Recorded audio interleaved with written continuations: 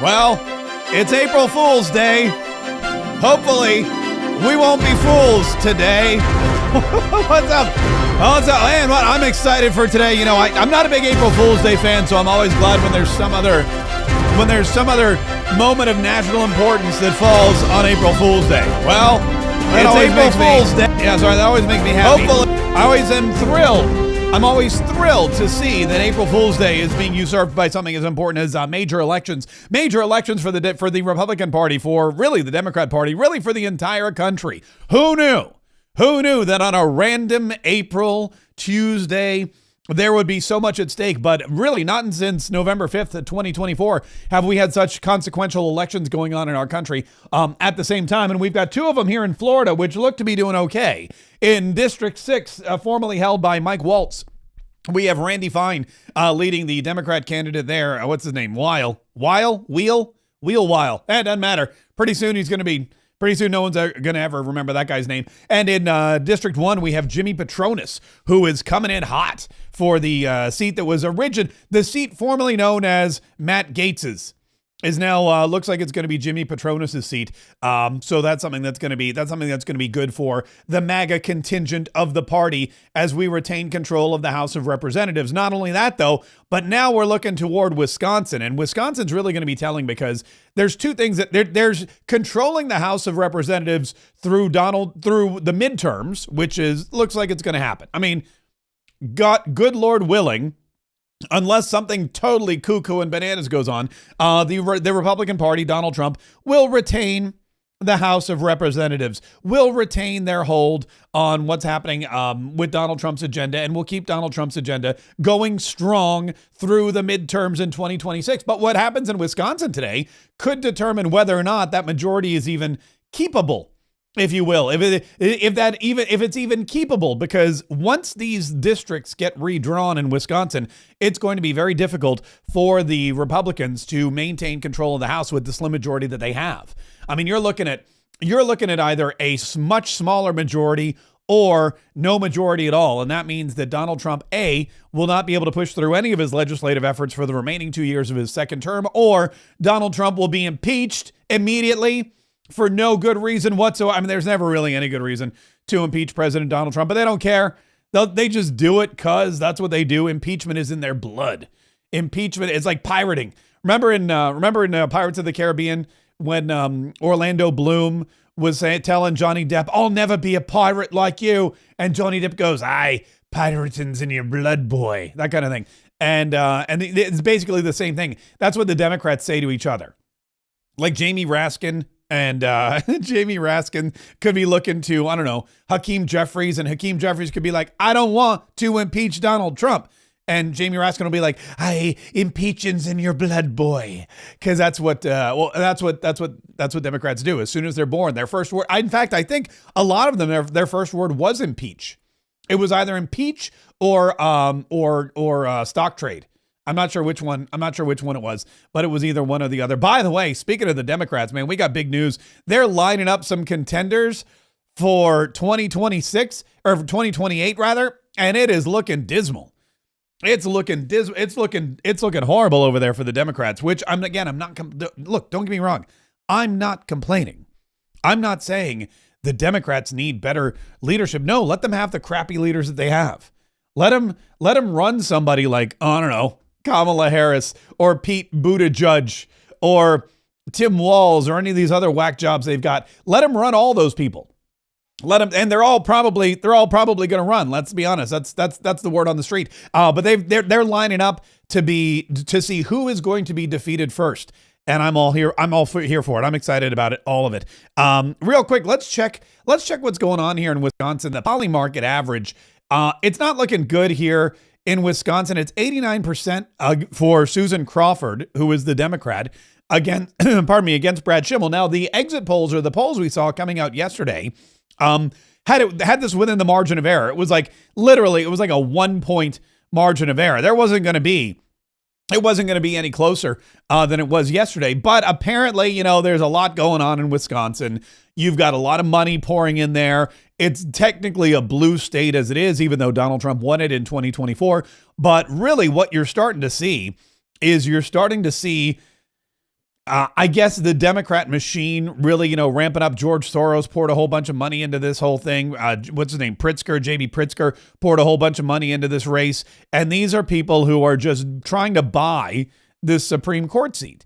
And they're going to do it any way they can. Now, day of voting always favors the Republicans because the Republicans are still enamored with this myth of Election Day, which we know ain't even a thing anymore. There's no such thing as Election Day. It's election month or election weeks or election, I don't know, two months in some places. And so what we're trying to do is first of all, we're trying to change that narrative, but we're trying to get that surge in Wisconsin. So if you're in Wisconsin and you haven't voted yet, you should probably go vote unless you're thinking of voting for the Democrat, in which case go to the beach. Do they have beaches in Wisconsin? Probably not. Go to the brewery, throw back some Pabsts, throw back some Miller High Lifes, whatever you want. Whatever it is, whatever you want. Just whatever you do, don't vote. If you're a Democrat in Wisconsin and you haven't yet voted, I would say you could probably take in that Snow White film. I hear it's amazing. If you're a Democrat in Wisconsin and you haven't yet seen Snow White, today's probably the best day to do it. The theaters aren't going to be that crowded at all. And you're going to love that. That woke crap, I hear everybody loves that woke crap. So definitely something you might want to do instead of, because voting, you got to stand in line. You got to show, I don't know if you have to show your ID or not. You know what? You could probably think of better things to do with your time if you're a Democrat. If you're a Republican, though, drop the cheese curd and get your booty to the polling location, especially if you have not yet voted. If you're a Republican in Wisconsin, put down the pint. Get on one of those Lime scooters or whatever you have to do, and go to your polling place because they need all the help that they can get. Again, not just for what happens in Wisconsin, but this has altercations and this has ramifications throughout the entire country in 2026 and beyond. Now, the other interesting thing about what we're starting to see or what we're going to go see in 2026, and I'm going to be honest with you, this isn't just me talking. There's other people saying this. I heard it on Fox News earlier today. I've heard it a couple of other places, but what's happening today is going to change the race in 2026 for good. What you're starting to see is, I believe, Donald Trump. Okay, so Donald Trump created this amazing opportunity for himself, and he rode this wave of MAGA, just, American exceptionalism and nationalism and this excitement for the future and this angst and this anger against Joe Biden and the economy and the border and the illegal immigrants that were here and all this money pouring out to Ukraine. He just rode all of that, and he rode it hard, and he got all the way to the White House, and he brought a bunch of people with him. He brought J.D. Vance with him. He brought the Senate with him. He brought all of his cabinet with him, and they're there now, and they're fighting for America first. But what's happening is, you've got a lot of these other candidates who, let's just say, are not necessarily ride or die for Donald Trump. Let's just say they change like the weather. They change with the wind. I'm not just talking about Lindsey Graham. I'm talking about a lot of these characters. If you look at the voting record of a lot of these Republicans who are still in office and who are running in 2026 for the Senate or for the House of Representatives or for the governor or whatever it is they're running for, you're going to see that a lot of them are changing their positions, and they're going to be less MAGA than before based on what's happening in Wisconsin and Florida. In Florida, things look like they're going to be okay, but in District 6, we saw the Democrats put up a battle. We saw the Democrats pour in money and star power, and they threw Bernie Sanders up in there last minute. They had a gut out the vote effort like you couldn't believe. They had ground troops on the ground. They were knocking on doors. They're doing all these things to try to get this guy into office in what is a deep red district. And they took a dent, man. They took a dent. When you couple that with a not so amazing candidate from the Republican Party, what we're starting to see Democrats make headway. And there's a bunch of Republicans out there that are going to do whatever they can to win in 2026. And if that means becoming more moderate or turning their back on some Donald Trump initiatives or changing their tune on some of Trump's agenda items, then they're going to do it, because we've seen it in the past. We've seen Lindsey Graham stand in front of the Senate and say, "I've had it. Oh man, me and Trump, we've been through a lot, boy, but I am off the Trump train now." We've seen him vote all kinds of ways. We've seen him vote money to Ukraine. We've seen him in Ukraine 9 times, licking Vladimir Zelensky's combat boots clean, anointing his feet like it's Jesus Christ at Easter time. I mean, these are the kinds of things we've seen Lindsey Graham do. And now all of a sudden, Lindsey Graham is back in the good graces of President Donald Trump. What's going to happen? What's going to happen when he runs for office again and Donald Trump isn't there? What's going to happen when the Democrats start biting into his backers? What happens when his poll numbers start to drop? Is he still going to be America first? Is he still going to be MAGA? Probably not, because we've seen in the past that he changes like the weather. I bring it back to my own representative, John Rutherford. John Rutherford, who, by the way, throughout the Biden years, voted with Biden more than some Democrats. Voted with Biden more than Liz Cheney did. He voted with Biden because Biden was the president. And he felt, well, if Joe Biden's in charge, I want to make sure that I'm keeping the president happy, and I want to make sure I'm keeping all those Joe Biden voters happy and forget my own voters, pardon me. So I'll vote for billions of dollars to go out to Ukraine. I had no problem with that. I'll vote for woke policies in the U.S. military. I had no problem voting for those at all. I'll vote to give the FBI a brand new headquarters, even though they just ransacked Donald Trump's apartment and rifled through his underwear drawer. Even though the DOJ is being weaponized against my own party and my own political leadership, I'll vote to give them more money and keep them funded. That's what he did. And then when Donald Trump looked like he was coming back to office, all of a sudden, he's Mr. Donald Trump. It's one thing to say you support somebody or you endorse somebody. It's something totally different to show it in your actions. And there's so many representatives out there elected in the Congress and other places that don't show any of it in their actions. And that's something that they're going to have to there's going to be a reckoning in 2026. You're going to have good Republicans and bad Republicans, and it's going to be up to them to sell it to the electorate. And and you're not always going to know, but not all Republicans are created equal, and that's something we're learning right here and right now. So Wisconsin's on the ballot. Florida looks like it's cool. Like I said, don't take anything for granted, but definitely make sure that you're paying attention, because the Democrats are paying attention, and they're going to be setting things. They're going to look. The race for 2026 has already started. It started on November 6th, and these special elections that we see here today, the election in Wisconsin, as soon as the ballots are cast, as soon as the polls close, as soon as we see who wins, who comes out victorious. If MAGA wins Wisconsin, that's great. If they don't, it's going to be a battle like you've never seen. In 2026, there's going to be more money. There's going to be more time. There's going to be more effort. There's going to be more, just craziness, insanity than you've ever seen to control the House of Representatives for the final 2 years of Donald Trump's presidency. Unless, of course, he runs for that third term, which he may still be doing. We haven't heard any more. We haven't heard any more of that. But look, the Democrats are doing they're trying to figure out who's going to lead them. They're looking at 2026 and beyond, and they have no idea who's going to lead them. Kamala Harris wants to lead them. She's toyed with the idea of, not only running for president again, but also, get this, running for governor of California. And Chuck Todd, formerly of NBC News, thinks that not only would she be a horrible president, but she'd also be just a god-awful governor. And he's publicly warning her not to run. Here'd be my warning to any conventional Democrat running for governor of California in 26. Go look at the track record of any political party trying to win a governorship for 20 straight years. It doesn't happen very often, right? And so this is 16 straight years of Democratic governance in California. It's the longest, I think, going back nearly 100 years. Governor is the one place where voters won't always vote their jersey color.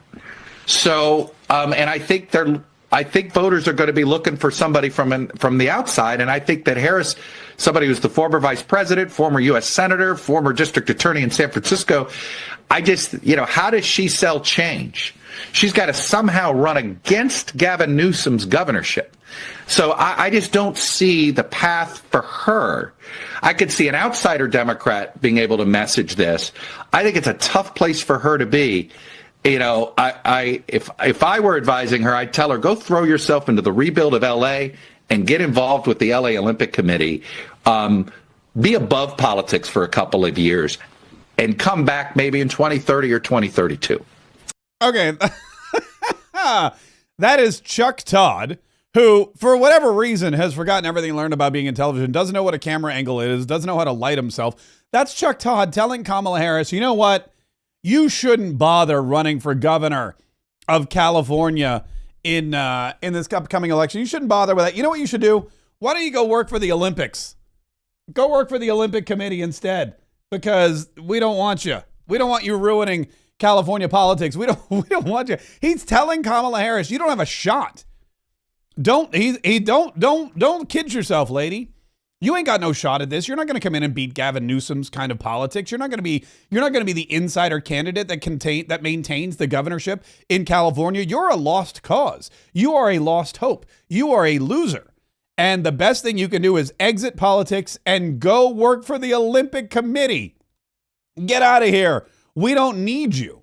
He's saying there's no way we can maintain control of the state of California. There's going to be an outsider. There's going to be a Republican. The Californians for governor won't vote with their jersey color, and especially if it says Harris on the back. It's really amazing how these Democrats are turning on each other, and they're stabbing Kamala Harris in the back now, just like they did Joe Biden. But they're desperate for some kind of leadership, and they don't have any. There's not one person out there that can lead the Democrat Party to victory in 2028. Not Gavin Newsom, not Kamala Harris, not any of these other, not Bernie Sanders, not AOC. And they're trying. Another one who's trying is Cory Booker. Cory Booker, this is the most random thing ever. Cory Booker has been filibustering on the Senate floor against Donald Trump and Elon Musk, and he's been doing it for like 14 hours now. My name is Kayana Spooner, and I live No, that's a lie. It's Cory Booker. in Chippewa Falls, Wisconsin. I'm 63 years old. My husband, Joe, and I have 5 children and 3 grandchildren and live a wonderful life as our family is growing. God bless you and your family. We owned businesses and worked to contribute Social Security for ourselves and our employees. We did all the things we could do to secure our future and contribute to the larger community of those in need. We felt that we're living the American dream until one day in 2012. He starts to cry, by the way. I'm not gonna embarrass him. He's been embarrassing himself. But you might be wondering yourself, who is this guy and why is he filibustering? It's a great question. There's no need to filibuster at all. He's just doing it to basically draw attention to himself. He's filibustering Donald Trump and Elon Musk, cutting down the size of government. He's doing it for, like I said, no good reason. There's nothing he's trying to stop. He's just trying to get all eyes on him, and the joke's on him. Nobody cares. This has been one of the least talked about, one of the least publicized, one of the least cared about, one of the least effective filibusters in history. There's so much going on today. He's filibustering on election day. Pardon me. I gotta adjust. He's filibustering on election day when the entire world is watching the polls in Wisconsin and Florida. And he thinks that anybody's going to care what he's saying about Donald Trump and Elon Musk on the floor of the Senate. Nobody does. He's just wasting his time and everyone else's. But he's doing it because he realizes, just like everybody else, that there's no way forward for the Democrat Party. He realizes, just like everybody else, that there's no strong leadership. He realizes, just like everybody else, that there's no clear-cut winner in the Democrat primary for 2028's presidential nomination. And if there's no clear-cut winner, then any loser has an equal shot at grabbing that gold ring. Any loser in the Democrat Party has an equal chance. Of becoming the nominee. He ran for president once before, but he didn't get any traction. He was like the male Kamala Harris of the Democrat Party. Kamala Harris was the first to drop out of the Democrat primary when she ran for president because no one want to give her no money. Nobody liked her. Her staff kept quitting. They thought she was a you-know-what. She didn't have any cash. Nobody was donating to her campaign because why would you? I'd rather go to Vegas. At least there you've got like a 40-60 chance. But you don't have any chance of winning if you give your money to the Kamala Harris for president campaign. So now Cory Booker's like, look, I'm black. I'm from New Jersey. I'm a Democrat. I have as much a shot as anybody else. Why? Because there's no leadership. There's no one else. He's got as much a shot as anyone else, which is sad. When you have a party that's been around as long as the Democrat and has so many big names as the Democrat and so much money as the Democrat Party, and has been in power for so long. And you can blame Joe Biden. Joe Biden and Nancy Pelosi and Chuck Schumer, what they did was they basically they destroyed their own party for their own personal benefit and to protect themselves for their own avarice and greed, their own corruption. They've destroyed the entire party and the hopes and dreams of everybody who's a member. And now where you should have, what should have happened is you should have had Joe Biden pick somebody who could have been a decent vice president, who could have been groomed to run in his place when he was done. You could have had Joe Biden stand aside instead of get thrown out by his own people, causing a major rift in the party. You could have done all that stuff. They didn't. They didn't run it like a party. They just took it. They just squeezed every last ounce of money and power they could out of the thing. And now you just got this empty shell casing, like when you squeeze a lemon to make lemonade and all you have left is that gross, nasty rind with the pulp inside and no juice. Bunch of pits. That's what the Democrat Party is. And so Cory Booker's like, well, I could be the leader of that. Let me go, you know what? But I need people to know my name. How do I get people to know who I am? How do I get people to know my name? How do I get people to learn all about Cory Booker? Ooh, I know. I'll filibuster. And then everyone will be forced to talk about me and they'll be covering me on television and I'll go down in history and all of a sudden I'll be the guy who filibustered against Donald Trump and Elon Musk. And won't I be great? Yeah, well, except you did it on election day and nobody's paying attention to you. Nobody cares about Cory Booker's filibuster. Even if they did, I don't know how much good it would do him, especially since you've got other pariahs in the party who are trying to make names for themselves, like Kamala Harris, like AOC, like Pete Buttigieg, like Bernie Sanders. Jamie Raskin, too. Jamie Raskin, this guy, I don't know if he has presidential ambitions. You know Jamie Raskin, he's the really annoying guy from Maryland that he had cancer and he wore the do-rag to the Senate. I don't know. That was like his thing. Well, he's healthy again, which, thank God for that. He's back in the Congress, and he's yelling and screaming about one of the weirdest issues ever, and that is keeping gangbangers in the country. Another losing issue, I would say, for the Democrat Party. While appealing whichever ones they want to appeal, and to demand the return of people unlawfully taken to El Salvador on that so-called plane full of gangbangers. And I don't know why it's a so-called plane. I would just call it was a plane, right? Why is it a so-called plane? No, it's a plane. It was a plane.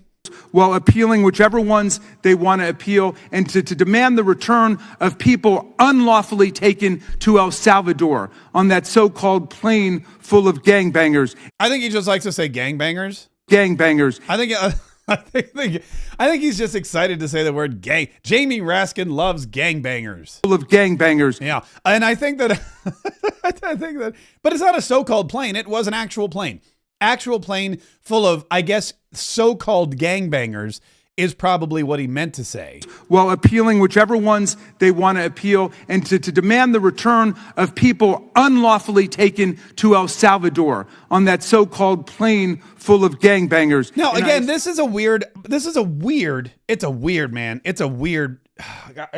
agenda item. I don't know why the Democrats are saying, it's just weird. I don't get it. Their platform so far for 2028 is, let's make fun of guys in wheelchairs. Let's key Teslas, which are American-made cars that support the American economy, made by Americans and create jobs.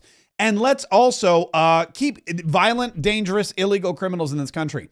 Let's protect the rights of violent, illegal criminals. These gangbangers, so-called, on the so-called plane that Jamie Raskin's talking about, these are people who, whether or not they're gangbangers, are still here illegally.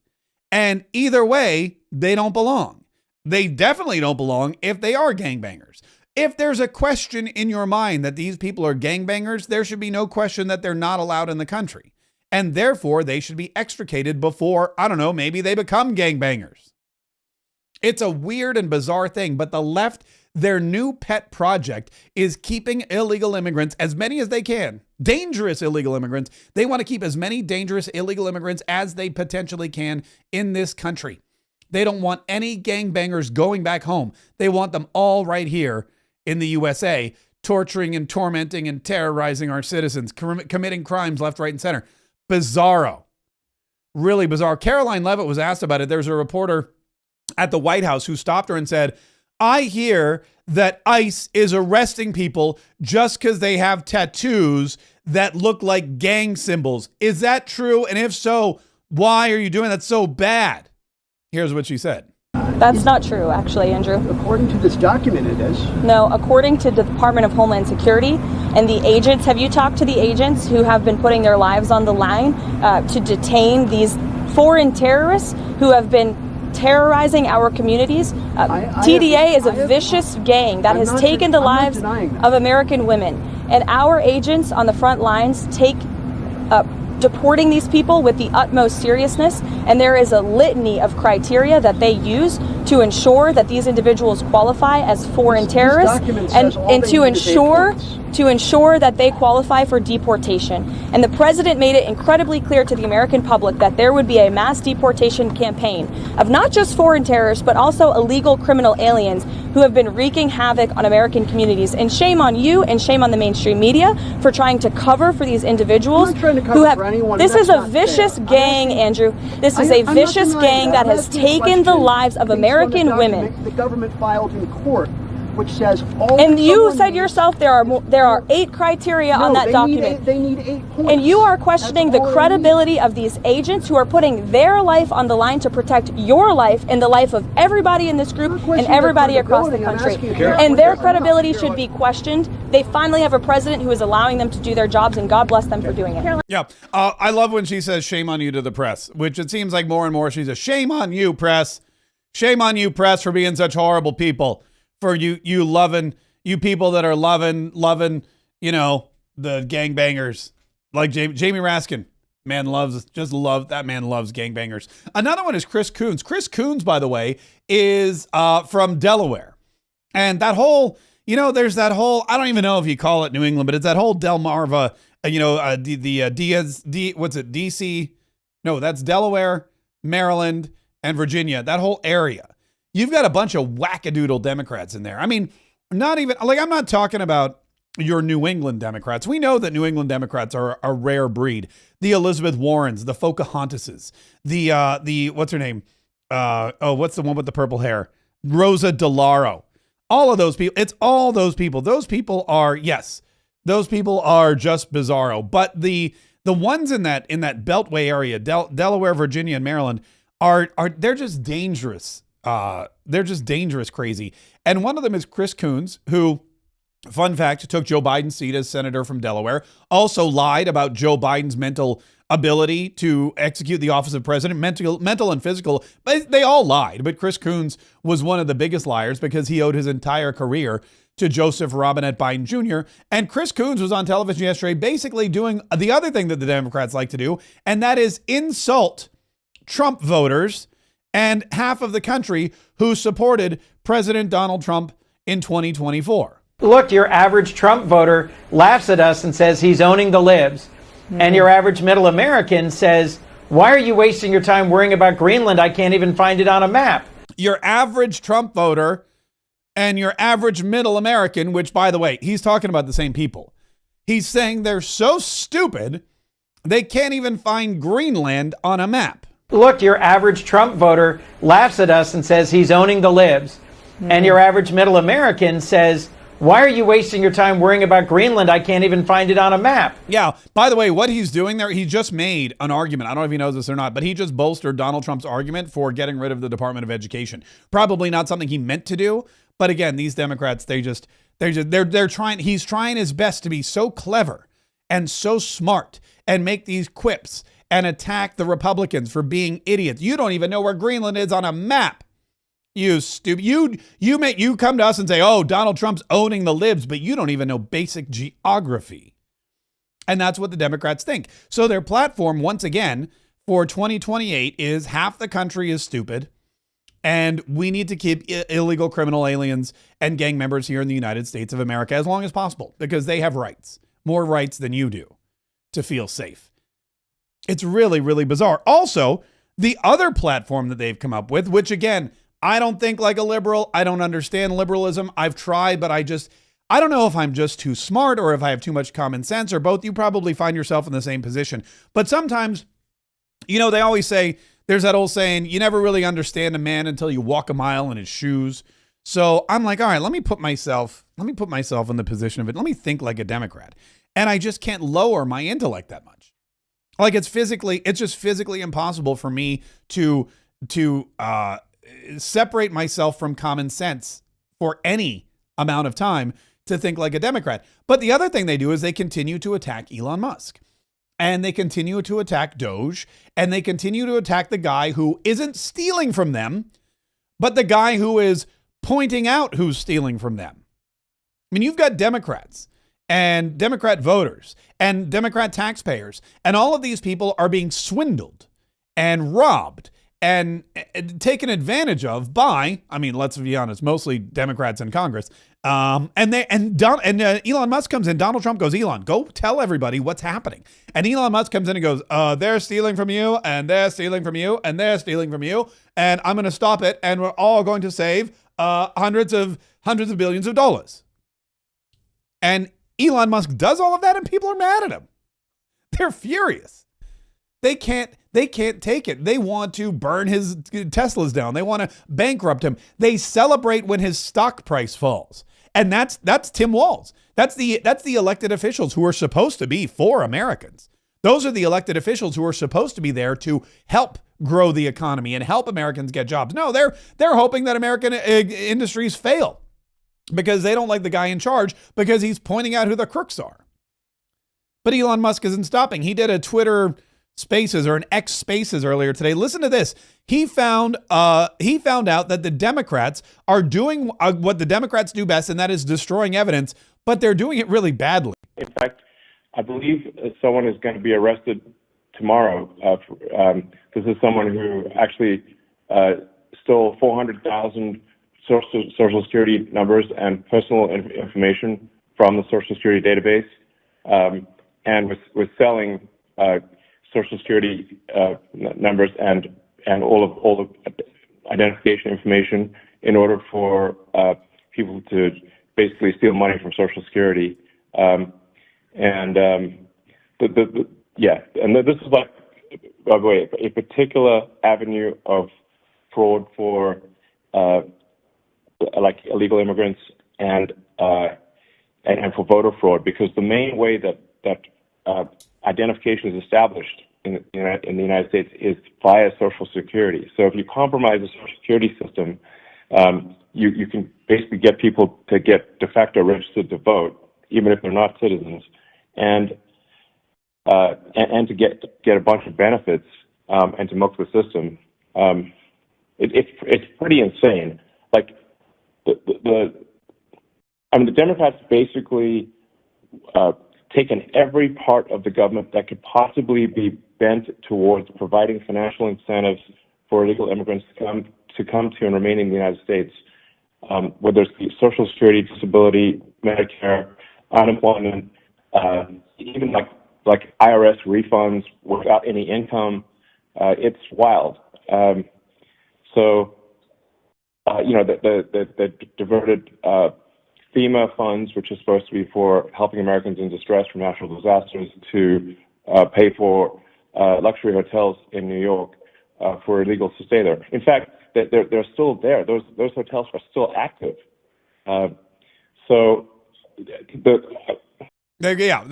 clip goes on and on. But he's basically saying the Social Security problem, there's going to be somebody arrested because they sold 400,000 Social Security numbers. And Social Security numbers, as he pointed out, can be used for anything. They can be used for tax refunds, even if you don't pay taxes. And with the way that our government works and the way that the IRS has been working and the way that Doge is finding out there's waste, fraud, and abuse in our government, I imagine a lot of those illegal Social Security numbers were probably getting tax refunds. You use it for medical benefits. Your Social Security number is your ID code for anything. I was filling out financial aid forms for my son who's going to college, and boom. What do they ask for? Social Security numbers. Whose? Everybody's. Give us every Social Security number for every member of your family, whether they're going to college, paying for college, ever went to whoever, even if, just give them to us. It's the number one thing they ask for before they even ask for your address. They check who you are and your identity by Social Security number. And that's the truth. And now Elon Musk is finding them for sale. They found 1 terabyte full of data. They found a hard drive. It was 1 terabyte full of evidence that they tried to, the Democrats or whoever they were going after, they said somebody tried to destroy 1 terabyte worth of data. But since we understand technology and they don't, we were able to recover it. These idiots can't even destroy evidence the way they used to. Do you remember the days of Hillary Clinton when she would bleach bit? She bleached bit all those 35,000 emails that she had. She knew how to do it. That was a proper criminal right there. Hillary Clinton, she knew how to destroy evidence, or at least the people around her did. Nowadays, the Democrats, they can't even destroy evidence on the way out. They don't even know how to cover their tracks. They're corrupt, they're wasteful, they're fraudulent, they're abusive, they're stealing things, and they can't even get rid of the evidence. Elon Musk just plugs it into his laptop, and in 30 seconds, he's got all it's all recovered. That's what happens when you go up against the Doge team. And Donald Trump knows that. That's why he has Elon Musk on his side. Also, Pam Bondi she is not playing with these Tesla terrorists. If you go out there, which I still don't understand why people do this. You know, they say, what is it? The definition of insanity is doing the same thing over and over again and expecting different results. Well, these Tesla terrorists are out there bombing Teslas and keying Teslas and trying to blow up Teslas and burn Teslas, and they keep getting caught and arrested. And what are they expecting? Some different result? They expect that, just one more Tesla and we'll end Elon Musk. Is that what it is? Guys, I know everyone else is going to jail, but keep doing it. We're winning. You're not winning. You're all losing. I've made it clear, if you take part in the wave of domestic terrorism against Tesla properties, we will find you, arrest you, and put you behind bars. Today, I'm proud to announce that the Department of Justice has unsealed federal charges against another Tesla attacker. We've charged Cooper Frederick in the firebombing of a Tesla dealership that occurred on March 7th in Loveland, Colorado. All of these cases are a serious threat to public safety. Therefore, there will be no negotiating. We are seeking 20 years in prison. The crime was committed in Colorado, and thanks to the great investigative work by the FBI, the defendant was arrested in Plano, Texas. Let this be a warning. You can run, but you cannot hide. Justice is coming. Okay, that's Pam Bondi saying, look, you can... Look, I mean, and that's the thing about Elon Musk that people don't realize. It's not just Elon Musk. He's not working in a vacuum. Elon Musk isn't out there just on his own going, you know what I think I'm going to do? I think I'm going to find waste and fraud and abuse in the government. And I think I'm going to shut it all down. No, he's working at the pleasure of the president, the most powerful man in the world. Donald Trump is the most powerful leader there is. Donald Trump has the most powerful Department of Justice. Donald Trump has Pam Bondi, who's not going to stand for anybody committing crimes anywhere in the United States of America. Donald Trump has all of these people at his beck and call, and you attack Elon Musk thinking there's not going to be retribution. There is, because when you attack Elon Musk, you're attacking a government employee. He's an employee of the Donald Trump administration. An attack on Tesla is an attack on Elon, and then that is an attack on Donald Trump. And Donald Trump knows how to deal with those people. He'll send them to jail for 20 years or more. And Pam Bondi is just the woman to do it. She can't apparently release the Epstein files, but she'll send you to jail for 20 years. And that's where we are in this country. It's really bizarre that these people keep doing this over and over and over again, and they expect some kind of different result.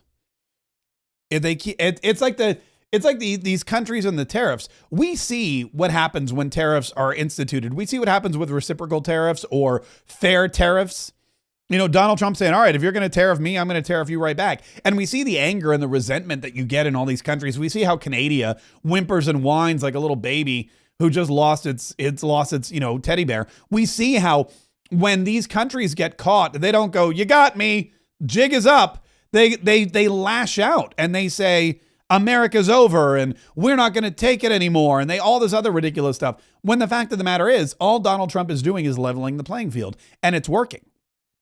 And with these tariffs that are set to go into effect tomorrow on Liberation Day, I'm so excited for Liberation Day. Liberation Day may be my new favorite day, but tomorrow, Caroline Leavitt is talking about exactly what's going to happen and why it's not going to be this implosion of the American economy like everyone else is saying. On the contrary, it's going to be the beginning of the new golden age. Well, I think, first of all, unfortunately, these countries have been ripping off our country for far too long. And they've made, I think, their disdain for the American worker quite clear. If you look at the unfair trade practices that we have, 50% from the European Union on American dairy.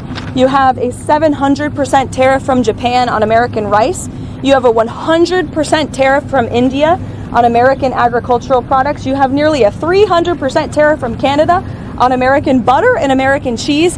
This makes it virtually impossible for American products to be imported into these markets, and it has put a lot of Americans out of business and out of work over the past several decades. So it's time for reciprocity, and it's time for a president to take historic change to do what's right for the American people, and that's going to take place on Wednesday. Yeah, look at that, taking place on Wednesday. That's tomorrow, and this is historic change, and we're going to level the playing field, and we're not going to be taking advantage. We're not going to take it. No, we're not going to take it. We're not going to take it anymore, to quote Twisted Sister. Twisted Sister? I'm pretty sure that's Twisted Sister. And that is exactly what's going to happen. And we've already seen how the economy is rebounding. We've already seen how businesses are coming back. We've already seen how beneficial it is, and it's going to continue to grow. And if you don't believe me, here's your daily dose of Stephen Miller to show you. This is the great healing and rejuvenation of the American economy after half a century of rampant offshoring, outsourcing, and deindustrialization. Sean, there was once a time in which Motor City in Michigan, Detroit automakers powered the entire globe. There was once a time when you could drive through Pennsylvania and all you would see were humming steel mills, humming coal plants, manufacturing facilities, again, that were supplying the entire world, supplying Americans and all of planet Earth. Ohio was again a bedrock of American industry in manufacturing.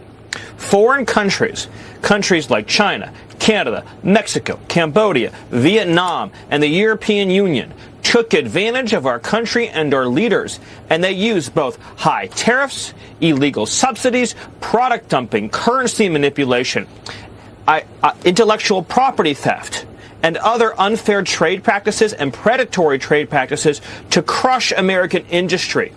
President Trump is resetting the entire global market by saying, number one, you can't steal our jobs. Number two, if you want to get preferential treatment, you have to put your factory inside the United States. Your auto plant, your manufacturing facility, your AI plant, your chip plant, whatever it is, you want to sell it to Americans on a preferential basis, then you have to make it here. And if you do, you'll get low taxes, low regulations, and cheap energy.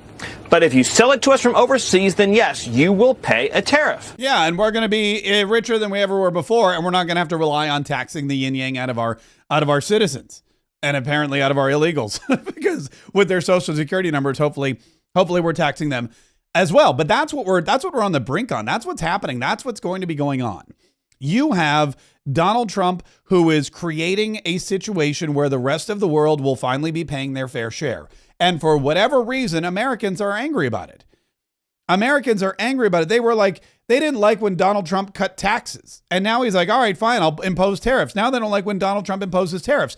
This is, again, a party, the Democrat Party, which, and I didn't expect this to be an entire show recapping how horrible their platform is, but the Democrat Party is running on a platform of making fun of guys in wheelchairs, keying Teslas, keeping criminal, illegal, gang member, murderous, thug, rapist, child trafficker, drug dealers in the country and protecting their rights to be here, of which they have none, not imposing tariffs and being taken advantage of by other countries, and letting people inside of the government just steal from us as much as possible without ever getting caught, getting pushed back, getting arrested, getting found out. And if you do find them out, we're going to go after the person who's blowing the whistle. That's the Democrat Party's platform. And to lead the charge, they have Cory Booker and Kamala Harris and AOC. And I mean, we don't even have, it's insane. They don't even have good musicians anymore. They don't even have good artists. Like Taylor Swift has kind of abandoned them. You don't hear her talking about it. I think she got so embarrassed last time around. I mean, first she baked cookies for Biden Harris. Then she went out there and she told everybody to go vote. She got totally slammed by Donald Trump. Her boyfriend voted for Donald Trump. The whole thing was a mess. In fact, we have way better politicians. We have way better actors. We have way better social media influencers, and we've got way better musicians like Kid Rock. Kid Rock, who dressed up like Evel Knievel and went to the White House yesterday for Donald Trump to sign an executive order that he inspired against ticket scalping. Of course, sir. So this is an executive order, as you said, that deals with the ticket reselling business. For fans of live entertainment and for entertainers as well, the ticket reselling industry has become a huge issue. These people use bots and computer algorithms to buy up huge blocks of tickets and then jack up the price so that fans of live entertainers like Mr. Ritchie, I almost called him Mr. Rock, don't have access to concerts the way that they should. And when they do, it's at exorbitantly high prices. So what this executive order does, it charges the FTC and the Department of Justice with rigorously enforcing laws on the books in collaboration with state attorneys general that have power over consumer protection and other people who have the power to really crack down on this issue so that entertainers and fans won't be subject to these abusive and oftentimes illegal practices. Good. Yeah. Thank you very much. Yeah, there you go. So Will Scharf hands Donald, that's his name, by the way, Will Scharf. Hey, fun fact, this is a good trivia question for you. Who's the guy that hands Donald Trump all those executive orders and does a great job of summarizing them for the American public? Guy's name is Will Scharf. And he's one of Donald Trump's staff secretaries and attorneys, and he does an amazing job. And he's famous. He's one of the most famous people you know, but you don't actually know. But anyway, so Will Scharf hands Donald Trump this executive order and says, Mr. Ritchie, a.k.a. Bob Ritchie, a.k.a. Kid Rock, is here to celebrate the signing of this monumental order that is going to save the music industry, the entertainment industry, because with live events, ticket scalpers and bots and AI and all of this technology is stealing the affordable tickets from you and me, from the average Americans, from middle American concert goers who can't find Greenland on a map and also don't have $400 to spend on a ticket to go see Kid Rock. And Donald Trump says, look, here, I'm going to sign this thing. And now hopefully we can do something with it. You better do well with this. He's going to do it. Make sure everything is nice and clean, right? For your Make America fun again. Because you're not in a clean industry. Hold that up. Okay? Thank you, everybody. I love the dig on the radio or on the music industry. You better clean it up because you're not in a clean industry. You rockers, we all know about the music industry. We all know about the corruption and the greed. We all know about the producers taking money and the drugs and then with the prostitute. You're not in a clean industry. You better clean it up. Okay, Bob? Here you go. Here's your executive order. And then Kid Rock gave a little bit of a speech. He didn't sing. He spoke. Bob, do you want to say something? Yeah, anybody it doesn't matter your politics. First off, thank you, Mr. President, because this has happened at lightning speed. I know you I want to make sure Alina Habba gets her credit too, because I know she worked very hard on this, but thank you for making this happen so quick. Anyone who's bought a concert ticket in the last decade, maybe 20 years, no matter what your politics are, knows that it's a conundrum. You buy a ticket for $100, by the time you check out, it's $170. You don't know what you can charge for it, but more importantly, these bots. They come in to get all the good tickets to your favorite shows you want to go to, and then they're relisted immediately for sometimes a 400 or 500% markup. And the artists don't see any of that money. And, ultimately, I think this is a great first step. I would love down the road if there would be some legislation that we could actually put a cap on the resale of tickets. And I'm a capitalist and a deregulation guy, but they've tried this in some places in Europe, and it seems to be the only thing that's us as artists be able to get the tickets into the hands of the fans at the prices we set. I'll be the first one to say, and I know the president doesn't like when I say this, but I'm a little overpaid right now. It's kind of ridiculous. I would rather be, a hero to the working class people and have them be able to come attend my shows and give them a fair ticket price. I can't control that right now, so hopefully this is a step to really be able to make that happen.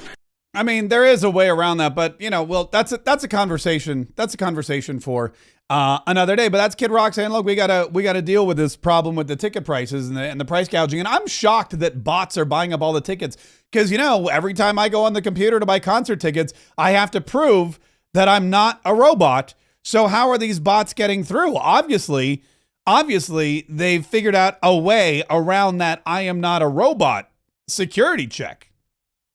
And I'm wondering if they've found a way to bypass the I am not a robot security check. Why do I still have to prove that I'm not a robot, seeing as how all it's doing is slowing me down from getting the good concert tickets and it's letting the bots get all of them instead? We need after he's done with the federal government, Elon Musk just needs to go up and clean up Ticketmaster. He needs to go in and clean up the music industry. He needs to get the bots out of the ticket sales so that we can all, and again, I said it earlier today on the 47 Daily Podcast, which if you don't listen to, you totally should.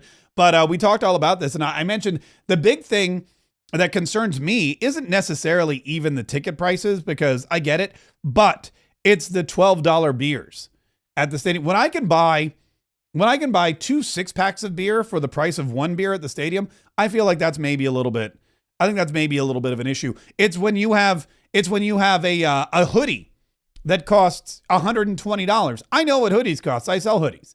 $120 is not the cost. Someone's making a lot of money on those hoodies. The parking. When I went to my first concert, parking was $5. It's now $30. Some places it's $40 or more. It's not just the one place that's price gouging. It's all of them. And so, I'm all about capitalism. In fact, I'm all about making a buck, but it definitely seems like there are some industries where people are monopolizing instead of doing what should be done.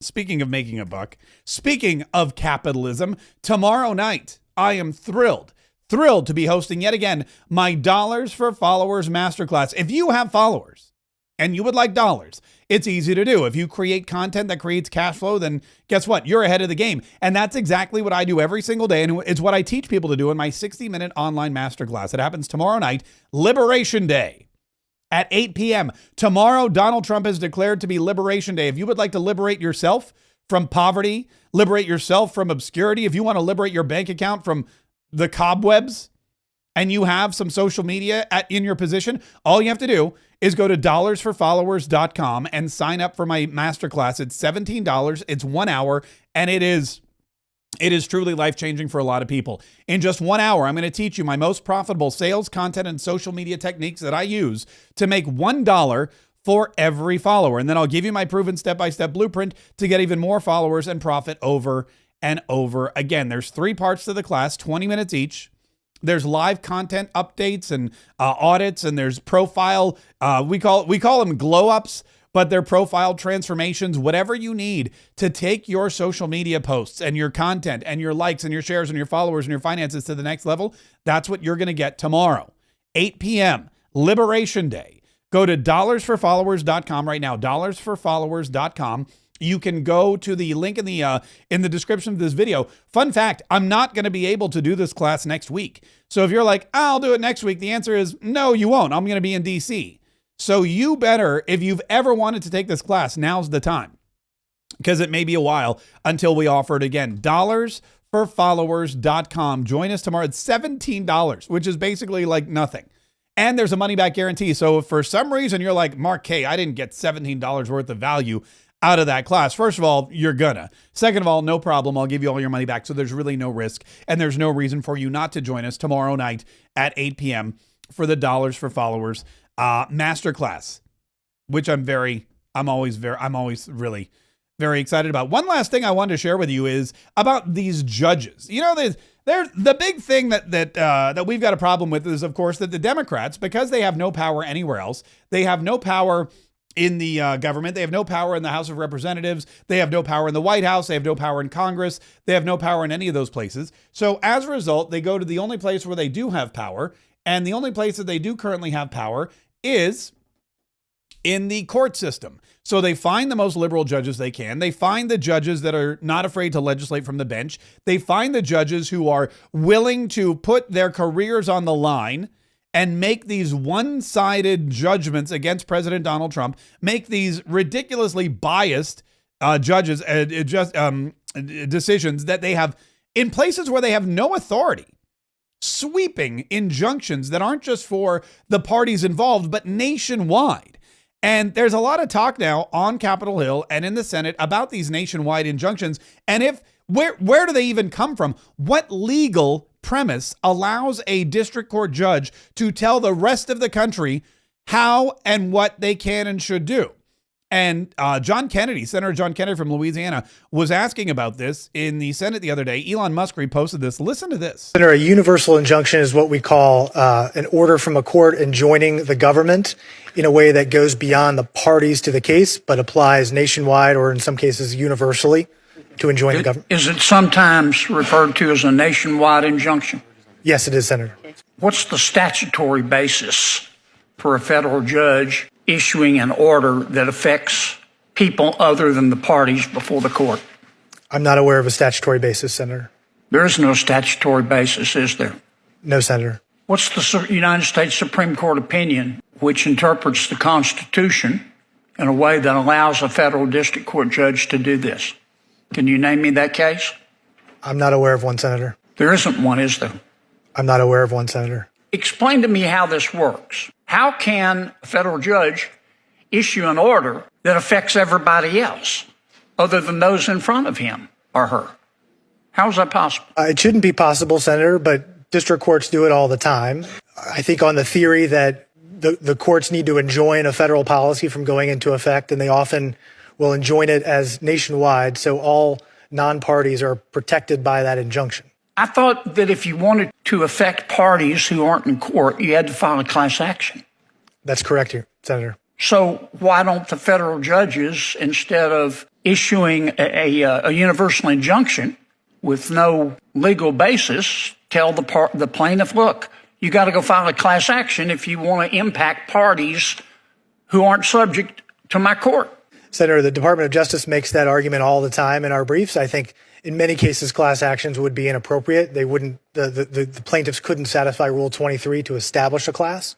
So they couldn't. Correct. So they preferred to ask for a universal injunction. Yes. Does this encourage forum shopping? Yes, Senator. Not only does it encourage forum shopping, but also district shopping and filing multiple strategic lawsuits to find one judge that will enjoin a single policy nationwide. If you have 5 lawsuits, only one of those 5 cases needs to be successful. Okay, we've established that there's no basis in statute and no basis in Supreme Court precedent for a universal injunction. How about a common law? I mean, universal injunction is basically an equitable remedy. Did this exist in common law courts in England on which our law is based?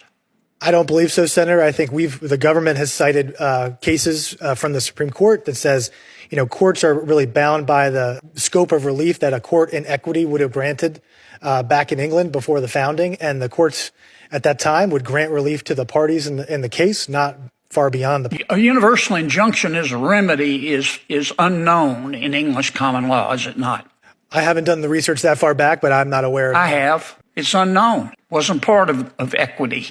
Also, basically what the gist of this is, and John Kennedy's amazing, the gist of this is basically that the Democrats, once again, are creating laws out of nowhere. They're doing things that they're not constitutionally able to do, and they're doing them until somebody calls them on it. And because they're judges that are doing it, there's very few people that can call out judges. Luckily, Congress is one of them. But Congress moves a lot slower than a judge with a gavel. A judge with a gavel can can enjoin anything pretty quickly. Congress takes a lot longer to undo all of these things. And that's something that the Democrats have used countless times. Joe Biden did it. Joe Biden's his modus operandi, the way he got anything done, was to just break the law and then wait 6 or 7 months until the Supreme Court got around to telling him he couldn't do that. And then he stopped for a little while and then broke the law again. And that's just basically how these people have been working forever. And apparently it's how they're going to continue to work for the time being. Listen, if you're in Wisconsin, you got to go out and vote today.